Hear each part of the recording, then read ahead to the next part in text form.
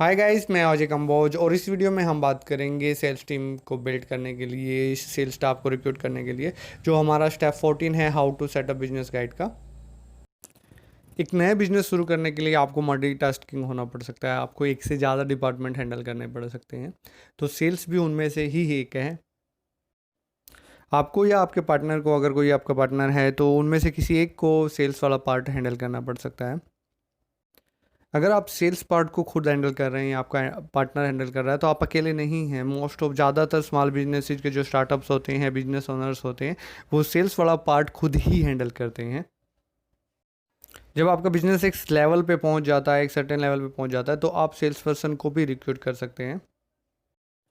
जो sales staff के recruitment की बात आती है, तो वो आपके बिजनेस के टाइप पे और स्केल पे डिपेंड करता है। अगर आप छोटे लेवल पे शुरू कर रहे हैं तो आप सारा काम खुद भी हैंडल कर सकते हैं। आप किसी सेल्स स्टाफ को रिक्रूटमेंट को स्किप कर सकते हैं। लेकिन अगर आप एक बड़े लेवल पे कर रहे हैं, एक अच्छे लेवल पे कर रहे हैं, काफ़ी बड़े एरिया में कर रहे हैं, तो आपको सेल्स टीम को रिक्रूट करने की ज़रूरत पड़ सकती है। कुछ केसेज में अगर आपको सेल्स का एक्सपीरियंस ही नहीं है, आपके पार्टनर को भी सेल्स का एक्सपीरियंस नहीं है, दोनों सेल्स के बारे में कोई नॉलेज है ना एक्सपीरियंस है, तो उन केसेज में आपको सेल्स स्टाफ की ज़रूरत कंपलसरी पड़ सकती है।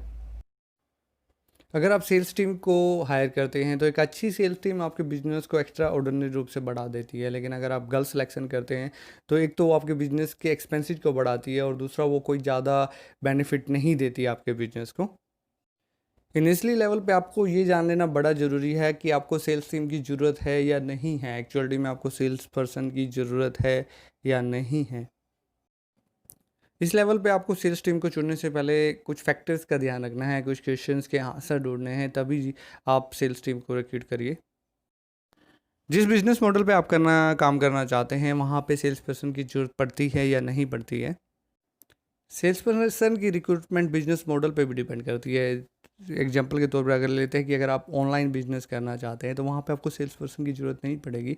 वहाँ पे आपको एक पर्टिकुलर एक अलग डिपार्टमेंट में नॉलेज की और टैलेंट की ज़रूरत पड़ेगी।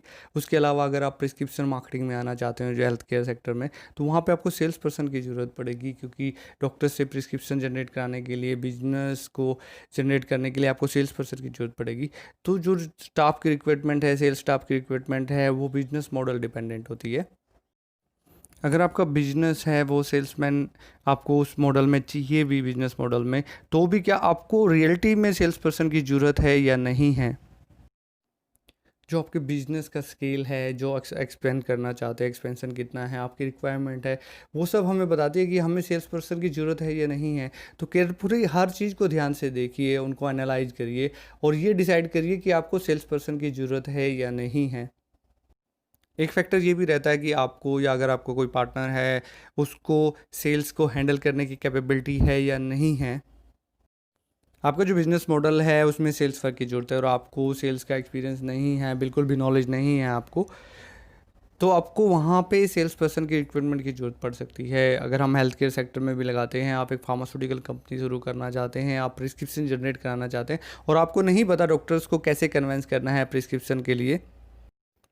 डॉक्टर्स को प्रिस्क्रिप्शन जनरेट कराने के लिए कन्वेंस करना बिना किसी एक्सपीरियंस के और नॉलेज के फार्मा सेल में, वो तो बहुत ही मुश्किल हो जाता है। और दूसरा केस कि आपकी नई कंपनी हो, तब तो वो और भी ज़्यादा डिफ़िकल्ट हो जाता है। तो उसके लिए आपको सेल्स पर्सन की या सेल्स फोर्स की ज़रूरत पड़ेगी ही पड़ेगी।